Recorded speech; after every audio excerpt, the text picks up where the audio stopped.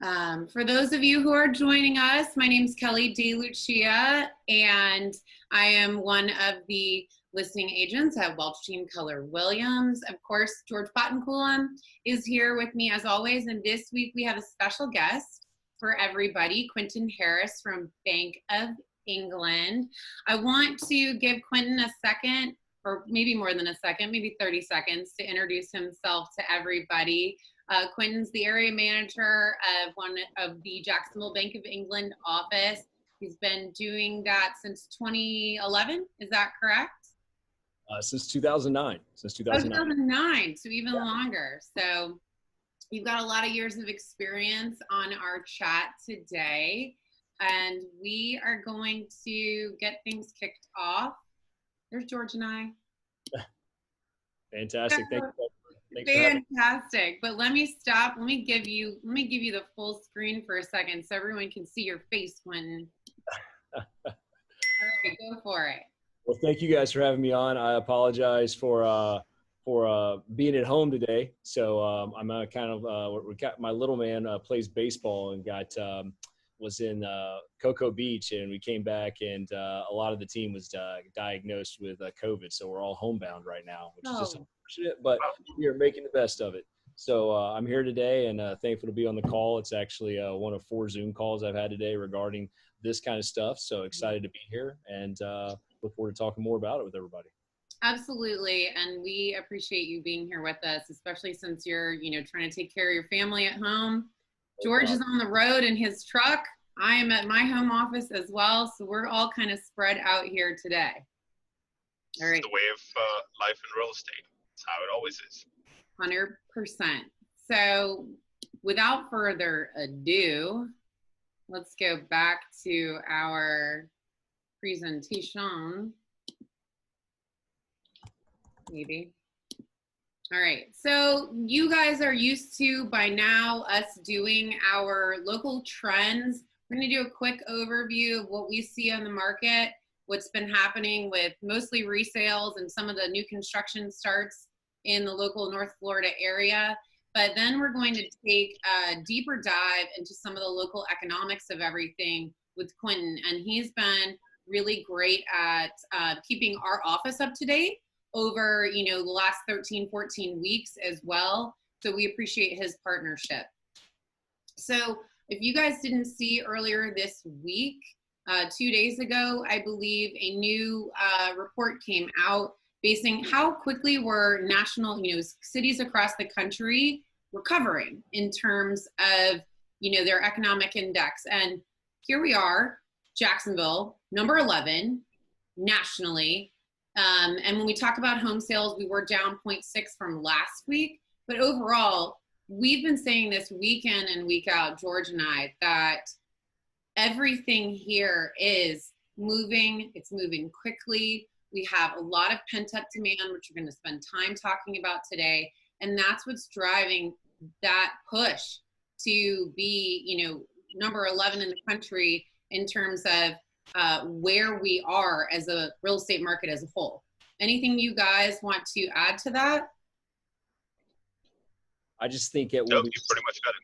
Yeah, and I think when we look at this, this is all based on Jacksonville probably saw the first impact of, this virus in mid-March. We took it on, and since a lot of our city is made up of small businesses, small business owners, the recovery seemed to be much quicker for us. And the pent-up demand, I think, could be just people that were on the sidelines ready to go, but also that move up group that you talk about, that group that now is saying, wait a minute, I'm in my house. Do I have an office? Do I have a place for the kids to be? Are there school? I mean, Duval County just released yesterday what school is going to look like. Did you guys see that? St. Johns County announced that. I'm sure you saw that. I sure did. And it is crazy. So for those of you who guys haven't heard, Duval has kind of said that they're going to offer options essentially for what does return to school look like. And Quinton, what are your thoughts? I mean, K through 5 especially, which is where, my kids are at. George, same. Quinton, what do you think about these options? So I look at this and I think that 2 things are going to happen. One, I think a lot of people are going to second guess private school and say, wait a minute, man, I'm paying for the experience to be in private school. What does that look like? And is private school going to adhere to Duval County? Most of them may, because they get federal funding at some level. So they may adhere to what Duval or St. John's does. And I think a lot of people are going to say, I want my kids in school. 3 days is not enough. I think that's something that a lot of people are looking at because, maybe they haven't been impacted by this virus as of yet. So I think these are things that people are going to sit back and say, I'm not okay with 3 and 2. It's going to affect work schedules for sure. And as I told my team today, it's going to impact that. Now, impact can be good and impact can be bad, but either way, it's going to impact it at some level. Very interesting to see how this plays out. No, I agree 100%. I mean, and I'm still at the point. I was like looking at the aspect of kids going to school for 3 days and allowing for social distancing, so they pull them out of school for 2 days. That's just crazy to me. I just put them in there the whole time and create some sort of space in between them. But yes, it's going to create so much change, and I've seen it on the demand side where so many people are realizing, wow, we need more space. We need an office. We need multiple offices, multiple rooms, so where a sort of homeschooling can occur. So it's going to get busier. 100% agree. It's going to get busier, and it's going to change what does inventory look like as well, because what we saw when everything started becoming stay at home, kids are at home, parents are working from home, is there was a delay in putting these properties on the market because people were at home. They couldn't leave their houses. They had to work from home. Their kids were being schooled at home. So does that shorten our window of getting these homes on the market and getting them sold? Because once August hits, does that mean that, shoot, we can't sell our house anymore because where am I going to go? Right. I mean, it's a big trickle down of what could be happening. And I think that it's going to allow sellers to continue in this market and thrive at a pent-up demand and what it looks like. I mean, we talked about it earlier, and this is pent-up demand. We are living in it right now. And the real question is, how long does it last? We are totally living right in the middle of it. And, this is just a quick overview. Some of the weeks we've gone deeper into the numbers than others.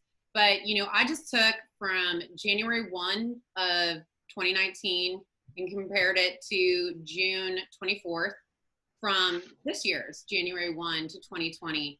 And if you look at these numbers, they're not that far off, everybody. And this is given, we're down, 4.5% on each one, new listings hitting the market and sold homes. I didn't put pendings in there because they kind of correlate. If you put a new home on the market and it's sold, obviously it went pending at some point. But we're down 4%, and that's with 60 days of some serious lag time and lack of inventory.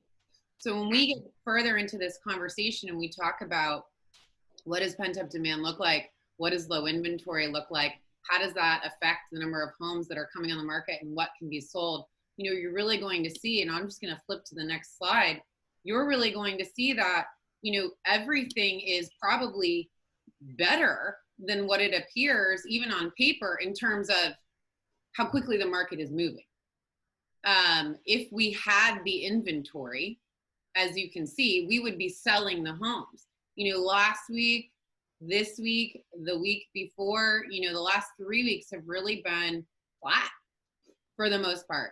And if we had more listings hitting the market, those pending sales would be happening too.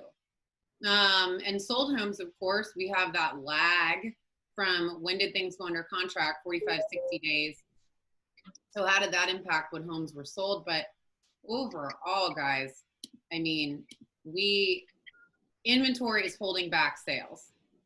If we had stronger inventory levels, we would be selling more homes. What are you guys seeing? I mean, your loan apps, we're going to talk about loan apps in a minute, but, Quinton, from people applying for new purchases, what's going on out there? Well, for the last 9 weeks, purchase applications have been up across the nation. And here in Jacksonville as well, this was the first week that some people may have saw them down. They actually went backwards about 8%. But at the end of the day, when you look at 9 weeks of consecutive ramp up, that's where it starts for us. So on the real estate agent side, it starts in showings. So I kind of use pre-approvals as showings. So just like your showings, those are pre-approvals for us, and they go hand in hand. They correlate. They're both leading indicators of what it looks like. And pre-approvals are off the chart right now still. And that's pent up demand. You know, like you said, there's not enough inventory. The builders have not been able to catch up, even though they have a larger market share than they've ever had before. They're still in high demand, and there's just not enough inventory to suffice the appetite of the buyers right now. Yeah, 100%. I mean, which is what gets us into some of the, you know, if we look at it nationally, what's happening out there in terms of us compared to the rest of the country. You know, we see every week, I need to mention every week we take some of our information from Metro Study and Myers Research's report. So some of these slides, you will see some of that information that we gather from those national calls that happen just before our update. So nationally, these numbers that you're seeing, this recovery, this V shape here, you know, we are seeing a stronger level of recovery than what is nationally indicated. And if I dig further down into that, and I know that this is one of the areas that I'm going to lean heavily on Quinton on, and, you know, George can talk about what's going on with showings out there and not being able to find inventory. But a lot of that has to do with what has been tracked over the last 5 years in terms of 6 years, in terms of people moving into Jacksonville and not very many people moving out of Jacksonville. So we have a positive net migration. We have more people moving here than leaving, and we don't have the inventory on a regular basis to find properties for all of those people.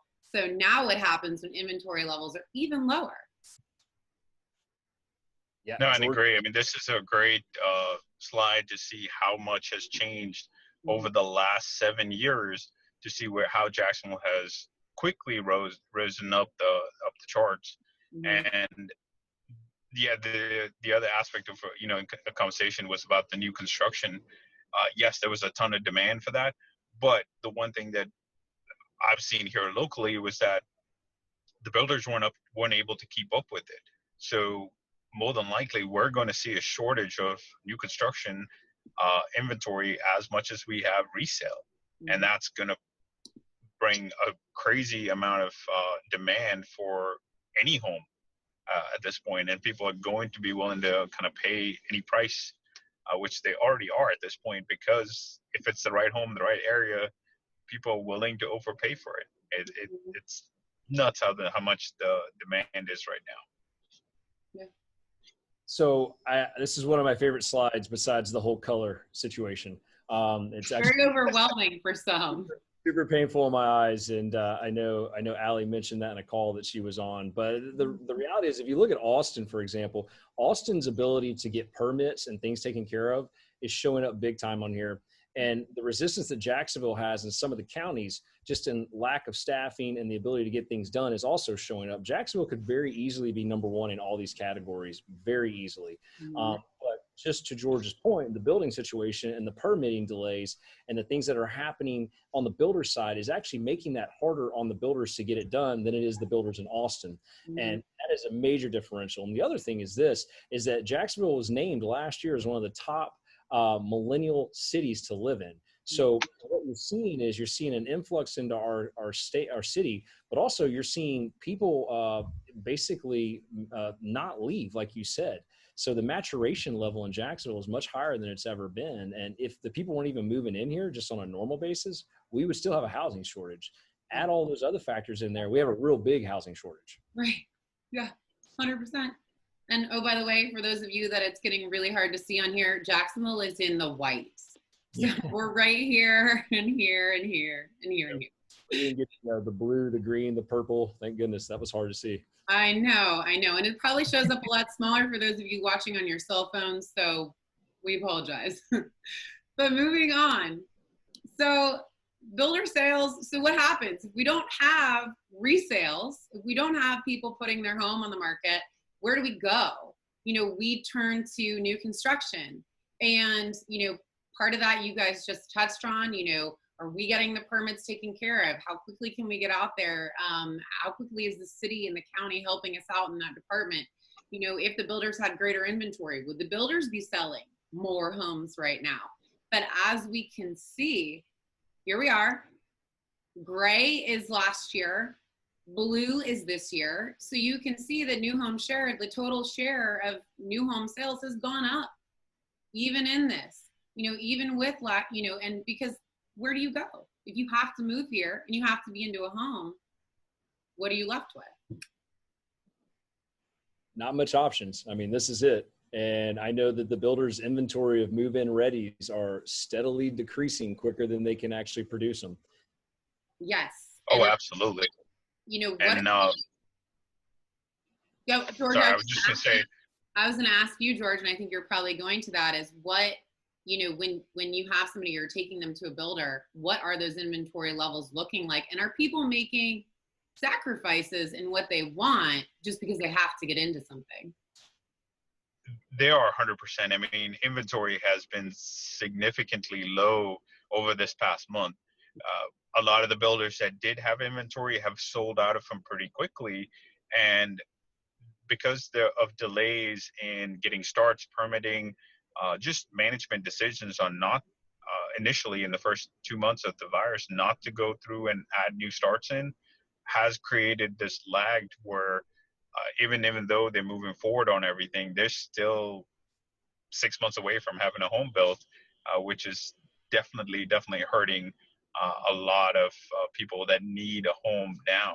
And then the resales are just not there. So if anybody knows want to sell a house, this is by far the best time. Please, if you want to sell your house, give us a call. I'd be happy to help you out. What, Quinton, on your end, are you seeing, you know, do you have people who have put in applications who are ready to go that you're just kind of twiddling your thumbs on, waiting for agents to find them properties? We definitely have buyers that are aimedly ready to go, and a lot of multiple offers. We're probably seeing more multiple offers than we've seen before. Lots of escalation clauses being used in that tactic to get things done. But at the end of the day, you know, buyers are having to decide, to your point of sacrifice of, okay, am I willing to accept this, even though this isn't exactly the perfect thing I wanted, but the inventory is just not there.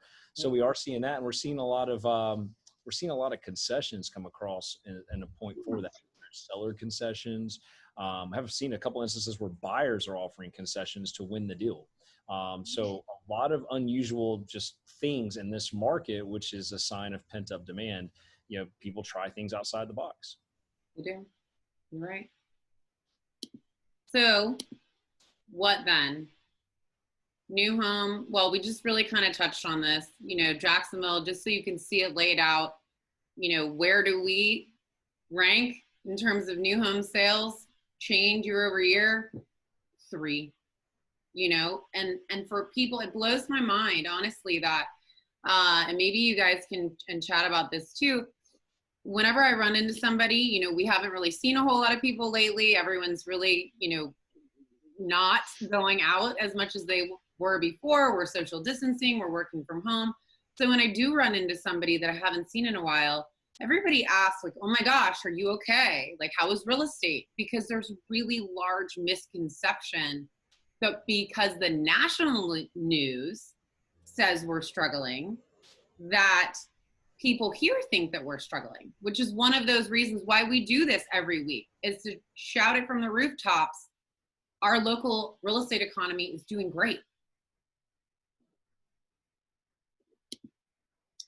So with that said, Quinton, Yep. How are we doing economically in our local market? Well, there's a lot of really good things we're doing. And to go back to that slide that you just had there, I thought that, you know, this purchase sales index year over year, I mean, I really want this to sink in with people that year over year, Jacksonville is up 12%. So if I would have told you in March 13th, April 13th, that Jacksonville's purchases were going to be up 12% from 2019, most people would have shook their heads and said, absolutely no way. And maybe even us on this call would have said that, but we never experience any type of downturn. We experienced almost like someone taking the volume knob and turning it all the way up.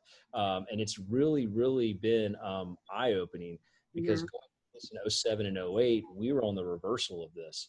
And that was tough to live through. So I'm going to show a couple of things here, share the screen since you gave me an opportunity to do that. 100%. Here doesn't have me on there being able to share. Let me see. Here, maybe I can. I should. Super here.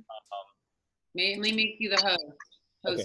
So while we're doing that, that's one of the things that we'll show here in just a minute. Maybe mine will pop up and show it. I don't know. We'll see here. Share. It's on me, so I'm fixing this here. Okay. So I'll hop in here and show you guys a couple of things that we've been looking at here. And this is all Jacksonville related data. So we look at the state of our housing market and we kind of measure it year over year and do like a little box quadrant area here. And we measure everything in cycles such as recession to recovery, recovery to peak, peak to downturn. And so one of the things we did was we put on here, where are we now? And the red dot kind of puts where we are right now in the scheme of things. And we have us pegged as we are a very, overvalued, undersupplied market is where we have ourselves at. Just on the brink of overvalued. I don't mean like way overvalued, but I mean like we are pushing the thresholds of property values. I mean, we just are. You're probably seeing some. I haven't tuned into all the Facebook Lives, but I imagine you guys are seeing some appraisal issues. I imagine that tends to happen in a pent-up demand market. So it's interesting that you bring that up because, like, I attend all of our appraisals for sellers, and we've been having very interesting conversations, during those meetings because the appraisers can't deny the fact that there's an upward pricing trend happening. Correct. So they're having to weigh that as well. And I have not seen as many, knock on wood, as I thought I would. Right. And so it just creates price pressure. And that price pressure will show up at some point. It might not be now. You might have experienced, you may have, but it's going to show up, and it always does in these kinds of markets. But the push-pull dynamic between an appraiser is my job as an appraiser, speaking for an appraiser, is to determine the value of the property at that time. And so, and if someone's willing to pay for it, that's what it is. It's just the comparable features sometimes aren't there. So I imagine as this kind of sits here, we're going to see a little bit of that, but we're going to hang tight here for quite some time. We might make our way right here a little bit, but this is 2021, 2020 right now. This is where we're going to live. And that's through that pent up demand that we're seeing. And some things that are helping that are the rates. We take a look at some of the stuff that Freddie Mac has published on here. And if you look at our rates, obviously it's no surprise. You can see from 2019's heights that we were at, how we've kind of, trickulated all the way down here. But then look at what our forecast is. We're forecasting out there to still stay in the low threes, upward threes through 2022. And I think that model changed when the Federal Reserve came out and said, we're not going to raise rates through 2022. And the minute they did that, this curve changed drastically, and it was directly impacted by that. And I think you're going to continue to see this upward demand because people are going, wow, I can buy a home now and get so much more for the same price I'm paying. Everything is always price points, and it's always what is your price point. So that's what they're looking at on here. And so one of the things that we take a look at is what else is that? You have rates. So we look at affordability, interest rates, jobs, household income, and then the price of the product. And this product is household at this point. So when we look at those three things, we just looked at rates. Now we're looking at job growth. So this is anticipated job growth set to recover in Jacksonville, Florida. And, if we look at non-farm, that's how unemployment's measured is non-farm. That's what ADP usually releases when they do that. You see, we have a significant drop off expected in 2020, but look how quick we surge back. Not only surge back, we gain jobs. Yeah. That's not going to be like that in every city. It's not going to be like that in every part of the country. And I firmly believe that's because of the no salt tax that's happening around the country. Now it's not happening. We've had no salt for a while. That's state and local tax, but there's a lot of demand about that. And as we spoke about in some of our economic seminars earlier, was that we believed prior to COVID that it's not unfathomable to think that businesses are going to relocate people down here and have them work from home. More people were working from home in January than ever before in the United States. Now look at what's happened. It's exponential. And so a lot of people are going to have the opportunity to move out of their local market and move down to another market. And this is going to be big for Jacksonville. This is absolutely going to be big. Yes, go ahead. I don't know if you're going to go into this, but can you give us an overview of what industries you think a lot of those are going to come from? Well, obviously there's the normal ones in there, such as your Department of Defense, and large sectors such as Publix. But when a company like Amazon comes online in Jacksonville, they have to forecast a certain amount of jobs over 5 years in order to receive the tax benefits from the city. So they don't come in day one and hire all the staff and all the employees right away. They stretch that out. So this includes that model as well, as plus as some of the Chamber of Commerce's, I guess you could say, feedback of who's moving here and job anticipation of that. Right. I know prior to all of this, Boeing was set to open up a large operation here, and I still believe it's coming online, but it may be pushed back into the 2022 process, which is where you see that job creation happening there as well. So I think that what Jacksonville has going for them right now is a couple of things. Number one, affordability. And that's the other thing I was going to talk about here was their housing market. It's cheap to live here. Yeah. And we don't have a state and income tax. And that is really big and very attractive for people moving out of here. And then the other thing is the actual Florida life itself is a lot more grand than living in the Northeast. And I just without saying that, and that's one reason. There was a time when you lived in Jacksonville that it took you a long time to meet a person from Jacksonville. And still does, right? Still does. And that's because now for a while we were the First Coast best kept secret, and now we're starting to hit this national renowned city, and we're starting to become a second tier city, making our way up. And if you look at the metropolitan cities that we kind of always compare ourselves to, the Orlando, the Tampa, the Miami, all of a sudden we were once like a second afterthought to those cities. We're now becoming in the mix with those cities. And another thing is the ports. The ports are driving a tremendous amount of jobs in here. And that's something that has been, focused on for a tremendous amount of time by the city, and is starting to pay off, and you're going to see some benefits from that. But if we look at the median annual home price, this is the third part of the affordability is can we sustain and stay affordable for the household incomes and the things that and the interest rates during this time. And if you look at this, what I love about this graph is if you bought a home anytime between, 2013 through 2019, you experienced appreciation. You really hit a home run in 2013, but some of these numbers add up to 50% appreciation. Just incredible. Wow. And then when I look on the downside of 2022, when you start seeing -5, -1.5, -2, we kind of refer to that as flat. That could change tomorrow. That's not drastic enough, like 17 and 7.5 here. That could go away. That could be blue tomorrow. This also could be red tomorrow, but this is relatively flat. And so, but what I'm getting at here with this is that look at where the home prices are expected to stay. We don't see a dip. We don't see a drop. We see a very, very flat curve here of what these home prices are going to look like. And I think anytime you're coming out of a recession, which we are coming out of, that is key. That is huge. You're not going backwards. You're moving forward at the same rate. And so to me, that's encouraging of our city because, again, it's affordable. If you're inside of some of these states where it's not as affordable, you're going to see that curve come backwards. And those are the cities that are going to feel the impact of this much greater than Jacksonville. And here's our household income. Look at the median household income, nothing but rise during this time. And I go back to people that were here in 1990, and I'm like, can you believe the average household income was $30,000? And then here we are today at just shy of $68,000. That's over doubling in that amount of time. Now, that some might say, well, that's not enough. It's not enough, and again, this is median, not average. So, but I think that's still a large uptick, and it continues to go up. And that's a big, big deal for us too, as well. It's not stagnant. And that helps with these curves that we're talking about, which is the demand curve. Now, I've been doing these for about 4 years with Metro Study and with Myers. And the one thing I can tell you about this demand curve is that it has not looked like this. The blue represents the supply and the green represents the demand. And what I've always been showing over the last really year and a half now is that we were going to quote unquote become inverted in 2025, meaning the demand was going to drive this right here and then become inverted and tail off. Now we had such a spike in business. And then the virus, this is representing what's happening with the virus, and then shot right back up. And this blue line, the supply is running even with the demand. Now, to me, I'm on the ground floor like you guys in Jacksonville, and I don't believe that's the case. I don't believe the demand is in line with the supply.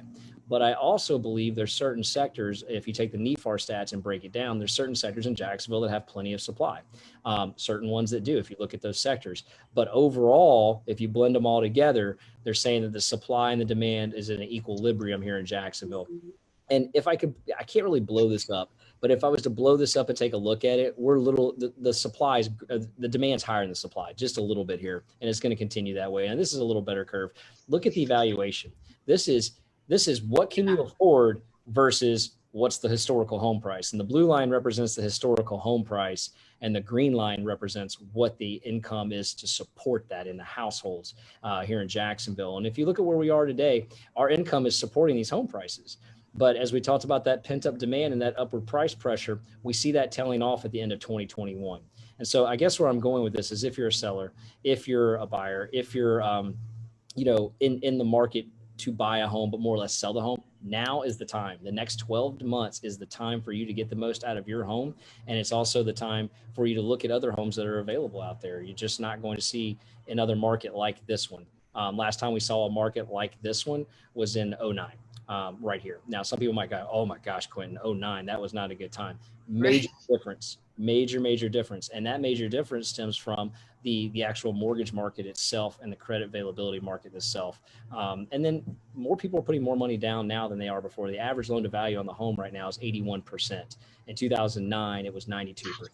Major difference. Is that what you're seeing, like even like right now, like instant snapshot right now? More people come, I guess, over the last, let's use 4 weeks, that you're seeing more people putting down a larger chunk as a down payment than first-time home buyers, or maybe those first-time home buyers have saved up a little bit more. What? We've seen this for quite some time. Over the last really 2 to 3 years, more people have been putting more money down than ever before on loan transactions. And if you look at the savings rate in America right now, the savings rate is up 33% in America. That's the highest it's ever. It's at the highest it's ever been, which means people have money to put down. They have money to make moves, something that wasn't there in 07, 08, and 09. Mm-hmm. And you haven't. Well, just to touch on real quick on that. I noticed. That was a big difference we saw over the last few years, that conventional loans have been far more competitive than your standard government loans. So more and more people are realizing, well, I can put 3% down as conventional and have steadily increased. And of course, our equity, like you showed, has gone up significantly. Yes. People going for the second and third and fourth houses are coming in with so much more equity. So I think that's making a big difference. That's making an absolutely big difference. And to your point, going back to this model here, if you bought a home in 2013 and you sold that home in 2016, you made almost 35% on the home. So then you're putting that money down on another home, and wow, you made another 20%. Those numbers start to compound and become huge, and are helped us recover quickly, but more importantly, helped us escalate this real estate market that we're in right now, because so many people are they have more skin in the game, is what we call it. There's more down payments than ever before in the real estate market than we've seen. Yeah, I was just curious to see if right now people were holding on to their cash, so to speak. They're like, oh, I have this money, I have some sort of discretionary income, but instead of putting it towards a house, maybe I'll get a 5% conventional down payment versus 20%. What's interesting is we actually see more buyers come in with a negative connotation about a first-time home buyer program than they should. And so they'll come in and they'll go, I don't want a first-time home buyers program. And it's like, oh, okay. Like, they're very proud that they have money to put down, and that's what they want to do. So, who are we to argue with that? It's like, okay, we're going to advise you on what you could do, but ultimately it's your choice. So it's very interesting that there's this almost negative connotation amongst certain generations about a first-time home buyer program. It is interesting. Yes. Interesting. So those are some things that we're seeing in Jacksonville, and our forecast is this. We believe that by the end of the third quarter, early fourth quarter, everyone will have had a career year. I'm outside, guys, so sorry for the thunder here, but everyone is going to have a career year. More units will be done than you've ever done before. More transactions will be done. And it's going to continue like that. A curveball in this could be the election. We could see some social temperatures and climates that could affect how real estate is bought. That's something that we have to keep an eye on, and we should keep an eye on.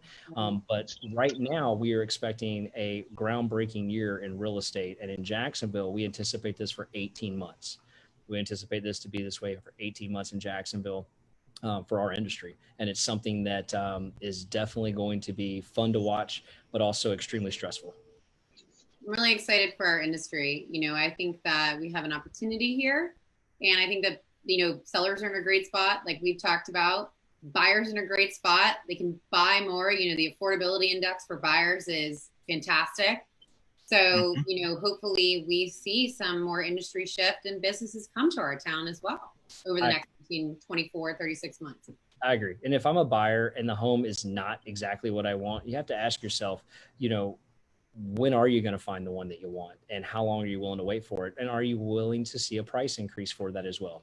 Because that's the ultimate trade-off right there, is you may find what you want, but you may pay more for it later on. 100%. We have an older population of homes, so to speak. A lot of those homes need renovations. So if you have the ability to get into something that you like and you can make those changes in the future, they're going to pay off. Those upgrades are going to give you so much more equity. I agree. Well, Quinton, I can't tell you thank you enough for joining us today. I know that I certainly took a lot out of your information, and I'm sure George did as well, and our viewers. And I promise that we will stitch everything back together. And it won't be a problem for our off-air moment. But is there anything else that you want to add? Well, so the unemployment numbers for the state of Florida were released today. And you had Florida at 11.2, and Jacksonville's will come out the following week. And This is going to be interesting to watch, because I've continued to say that Jacksonville was hit the hardest to begin with, but has also recovered faster.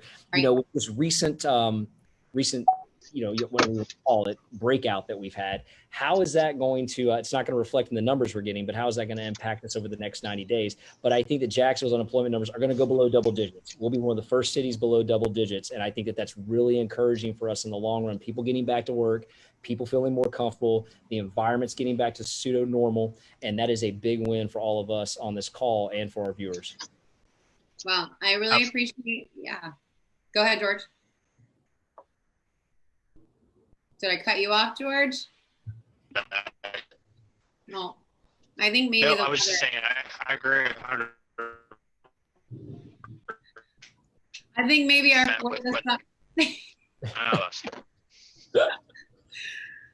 our Florida summer weather is wreaking havoc on George's cell phone connection. So it's about to pour where I am, and I'm out at the beach, and we know it's storming where Quinton's at. So. With that said, if you guys have questions for anybody, Quinton, if you want to give me back this screen, then I will pop your contact information up there so that any of our viewers can see who they can reach out to if they have any questions. You are super valuable to our office as a resource. And, as we mentioned before, been in the business since 2009. Runs a highly successful Bank of England, Jacksonville branch office. And like you just shared, which I didn't realize, that you've been a part of those Metro Study calls for a very long time. So that is, if you guys ever want any sort of economic, indicators or outlook, please reach out to Quinton. If you need mortgage information, if you want to do some sort of loan application, I'm sure he would not mind that as well. And here we go. Finally, I think maybe if my computer loads, I'll get your contact information up there. There we go. Is that the best contact info for you, Quinton? That's the best for me, is the email address right now. And we'll definitely take care of any questions you have. And if you need any information on just slides in general or stuff like that, people call all the time with asking questions, and we're more than glad to assist with that as well. Wonderful. Well, thank you again for your time. George, do you want to take us out? Oh, well, just wanted to end it out. Hopefully my phone is still connected there. But yeah, thank you everybody for joining us, and we look forward to joining us next week. Awesome. All right, everybody, have a great week. Have a wonderful Wednesday. Take care. Bye.